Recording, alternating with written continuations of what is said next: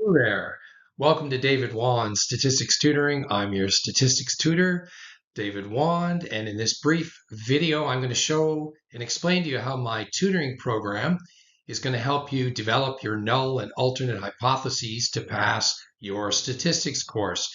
My tutoring program is 2 one-hour sessions per week over 12 weeks to complement your statistics course, or if you want to catch up and you're falling behind, I also offer the same tutoring program condensed in 12 hours over a variety of weeks or days that you get to decide with me that's good for you. Now, according to your course syllabus, you'll probably realize about 50%, maybe 40% of your whole course is centered around the null and alternative hypotheses and how to develop them. It's very important. If you can learn this through my tutoring program, you have a good chance of passing your statistics course. So if you take my tutoring program, I'm going to teach you how to develop your null hypothesis and how to develop your alternate hypothesis, as well as whether or not your alternate hypothesis is one-tailed or two-tailed. And I'll help you by doing this by going through the test question so that you can look for keywords that will help you decide whether it is a one-tailed or two-tailed test. And the null hypothesis, basically nothing has changed. The null usually equals a certain value. And that's kind of a trick that I use to help you understand how to develop your null hypothesis. Your alternate hypothesis is there is a change, and either it's decreasing or increasing. So you have to look at keywords like decreasing or increasing that are in the statistics problem they give you. That would be one tail. If they don't care, they just want a difference, it could either go above or below the null hypothesis, then it's just different. So that means it could be below or above, which means it's two-tailed. So that's basically the few of the tricks that I'll help you figure out when you're given a statistics problem.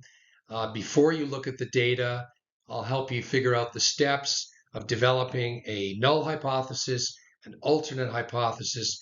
And as you know from my tutoring program, other students have told me I have a really good designed formula sheet because part of the challenge is figuring out, okay, which curve do I use? There's 4 curves. There's the Z curve, T curve, chi-squared curve, and the F curve. You have to figure out which of those 4 curves apply to the statistics problem, and some professors won't tell you.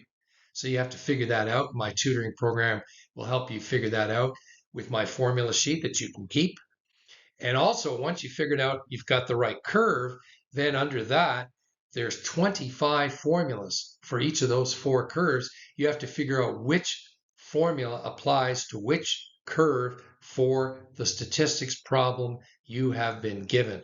My tutoring program will help you figure that out so that there'll be no confusion and, more importantly, no memorization. You just follow the flowchart formula sheet that I give you, and you're all good to go.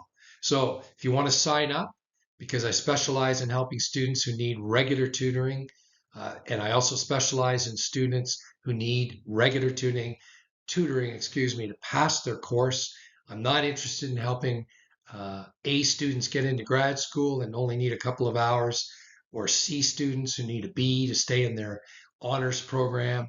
I specialize in students who are D or F students, or just bubbling above the surface of the water, are drowning, and they need help. They need regular help to pass. So feel free to contact me at that email address, or you can call me at that number, and I'd be happy to sign you up for either my 12-hour or my 24-hour tutoring program. Good luck. Hope to hear from you. Bye for now.